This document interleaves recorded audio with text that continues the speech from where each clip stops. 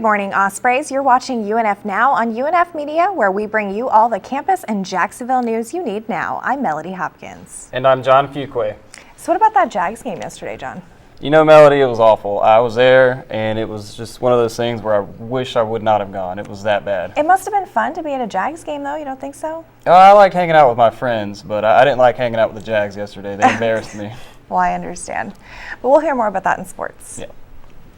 For Mental Health Awareness Week, UNF's Counseling Center is hosting its second annual open house party today from 12:30 to 2:30 p.m. in Building 2, Room 2300. They encourage students to explore the UNF Counseling Center, meet its friendly staff, and enjoy refreshments.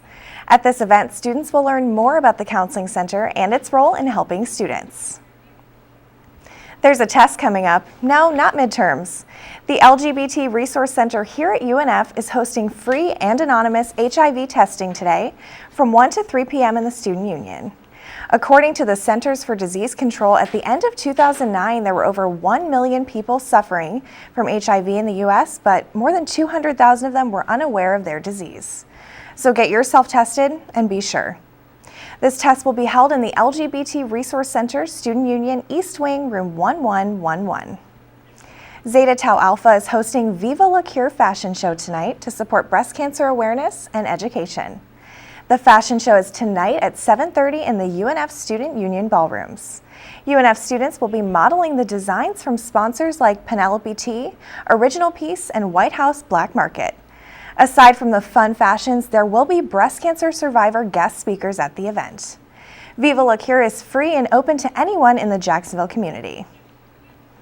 If you're 21 and up and looking for a little fun to shake up your case of the Mondays, Ocean 60 in Atlantic Beach is hosting its weekly wine and tapas tasting tonight for only $15. This and every Monday from 6 to 8 p.m., Ocean 60 manager Sean McGinnis hosts the tasting, personally pairing 3 unique wines with 3 delicious tapas or appetizers. There will be more wines and tapas on sale if you'd like to purchase them or continue sampling until later in the evening. The weather seems to be close to last week's. Here's your UNF Now weather report.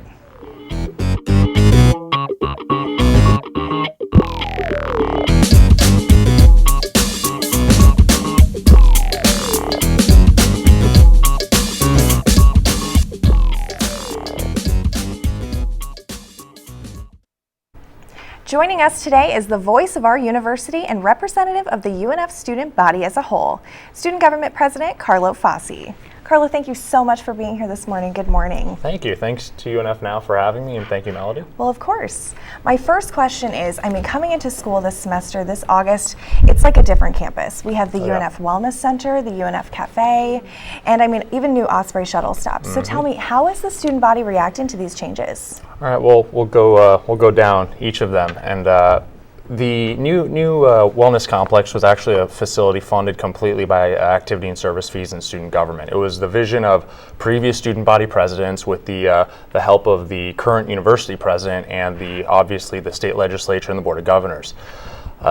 We did not have a facility that could sustain the 16,000 students that we have at the university, and having this complex really makes the experience of enhancing that wellness aspect on campus for all the students here.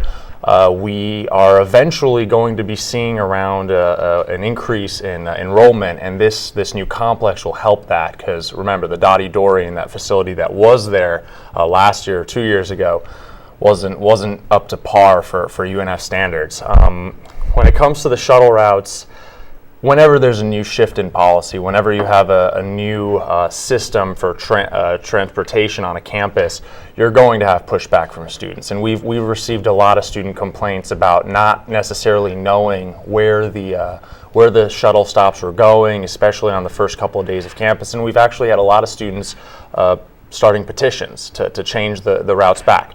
What I would tell the students is to get as informed as possible when it comes to these new policy shifts. The university employed consultants and contractors that devise a master plan for the university.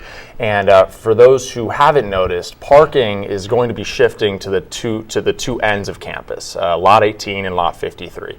And for those who have taken advantage of the new shuttle routes, I would highly recommend, yes, parking in those two lots, because now the route goes completely north to south, and it is much more convenient and is much more quick to get to campus from those two locations. When the previous SG president ran for office, that was one of the largest concerns that students shared with him.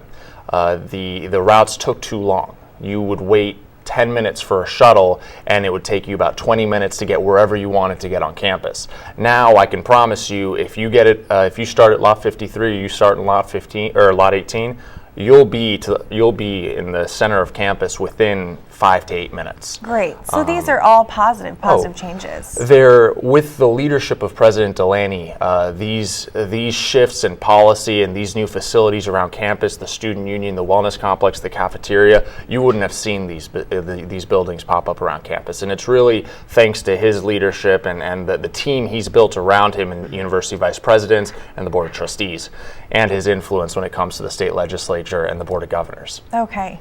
All right.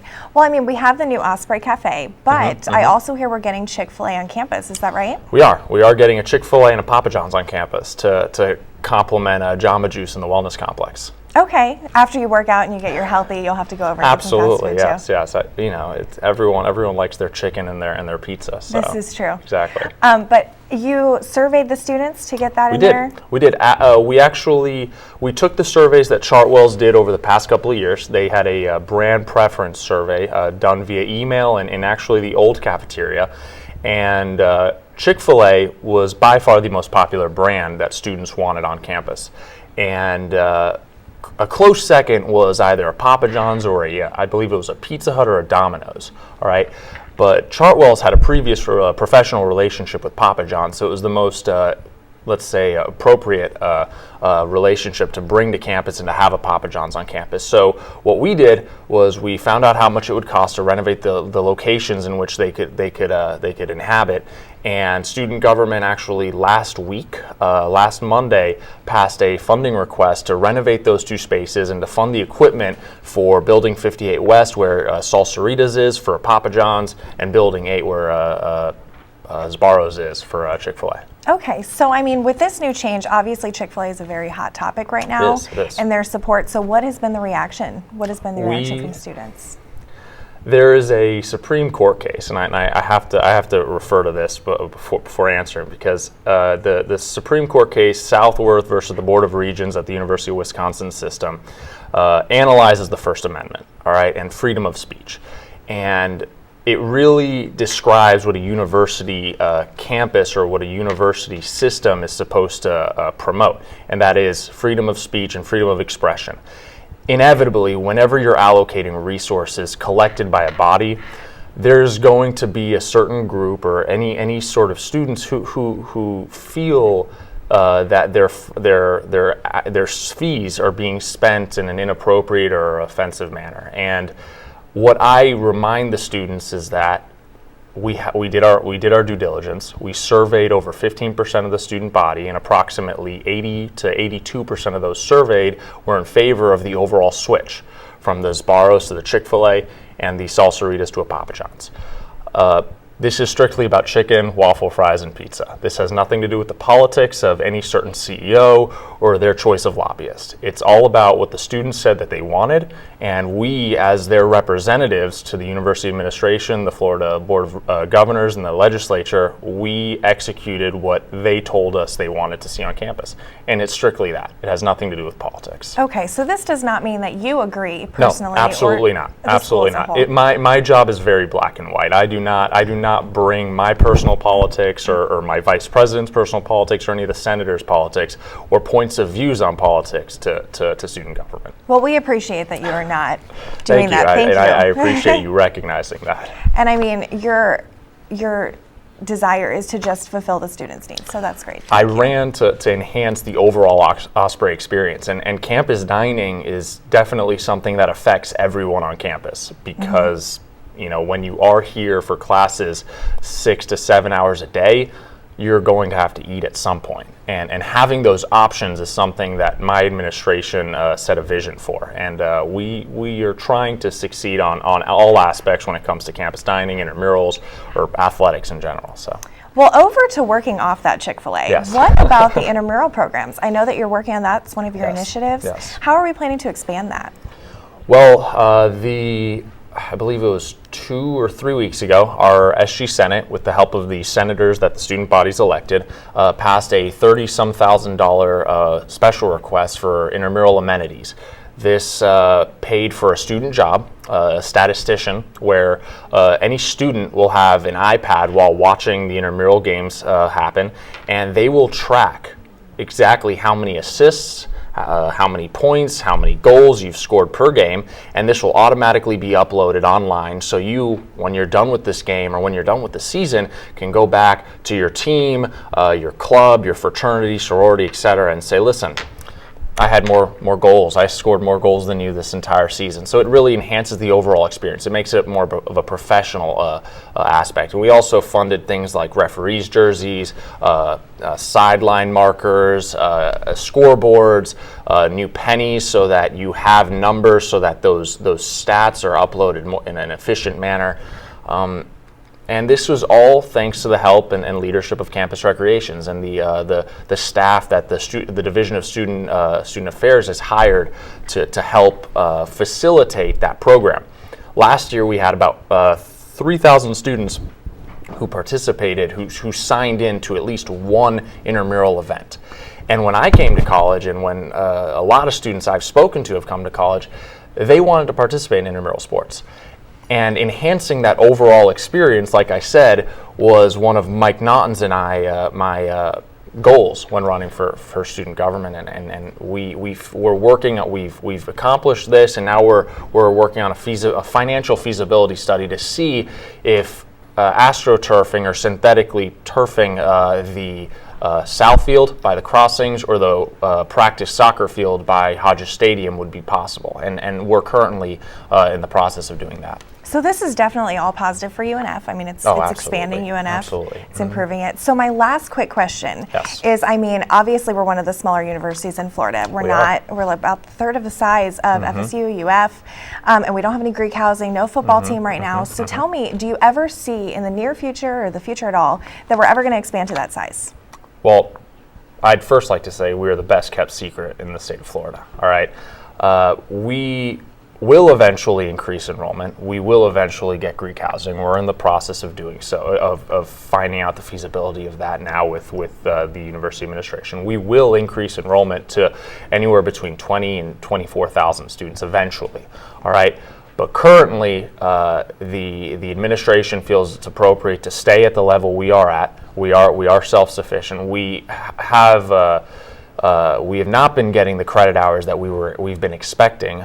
We haven't gotten the registered credit hours that we've been expecting recently, and the state continues year after year to cut our budget. Okay, the budget that taxpayer dollars spend, and that's something that my administration is continuing to put pressure on the state legislature in Tallahassee, so that they know that higher education needs to be a priority to the state of Florida, because that is the future of our economy. And again, until the atmosphere in Tallahassee changes, I would not expect an increase in enrollment to the level that students are expecting, really. Okay. So expect 16.8 to be a good round number, or a good healthy number for UNF. All right. Well, we look forward to the changes. Thank you so much for being here this Melody. morning. It was so great to see you, Carlo. Thank you. And now to John Fuqua with our sports report.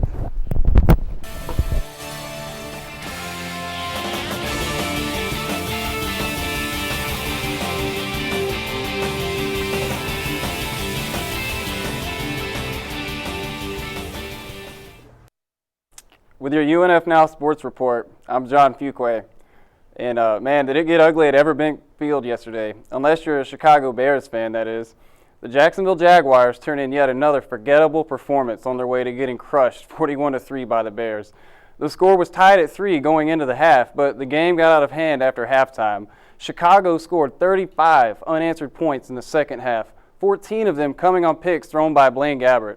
The Jags offense stunk it up all day, gaining only 188 total yards. Maurice Jones-Drew, the face of the franchise, was shut down by the Bears D and only rushed for 56 yards on 12 carries. There wasn't a whole lot that went right for the Jags yesterday. They are now 1-4, while the Bears improved to 4-1. After the game, one of our sports reporters, Ryan Kurlander, talked to Coach Malarkey about what needs to be done as the team heads into the bye week. It's probably good. We need to take a good look at ourselves, what we're doing, and what we can do better. Obviously, we got a lot of that we can do better. But one thing I think the players understand this is that the effort that they're playing with always will give us a chance, and that's not going to change. Not from this group. The Jags face the Raiders in Oakland October 21st after the bye. And in women's soccer, the Ospreys edged the Stetson Hatters yesterday by a score of 2-1 for their 5th consecutive win. UNF took a 2-score lead early by goals scored by juniors Thea Linkfield and Lauren Hopfensperger. Stetson rebounded quickly by scoring a goal of its own shortly after falling behind by 2, but the Hatters wouldn't score again, and well, neither would the Ospreys, as the second half was more of a defensive struggle with neither team posting any goals. The win moves the Ospreys into a first-place tie with Florida Gulf Coast in the A-Sun. The Ospreys' next match will be held on the road at Kennesaw State Friday, October 12th. Starts at 7 p.m. Swoop. And the Jacksonville Bullies found themselves in yet another tight game against the Reading Rockets Saturday night, but still managed to come out on top. The game looked to be well in hand for the Rockets late, but the Bullies responded with 2 goals in the final 2 minutes to send it to overtime. The second of those goals, scored by Sean Wilkins, was scored with less than a second left on the clock. The Bullies held on in overtime to finish the Rockets off and hand them their second straight overtime loss. The Bullies are now 3-1 and will play their next game at home Saturday, October 13th. So, John, are you going to the Viva La Cure fashion show tonight? As a matter of fact, I am, and I'm going just for the ladies. Not so much the fashion trends? No, not at all. Okay. Well, make sure you check out our website at unfmedia.com. And also make sure to like our new Facebook page, facebook.com/UNF Media. And thank you for tuning in, Ospreys. Check in with us anytime you need your news now. Have a great day, UNF.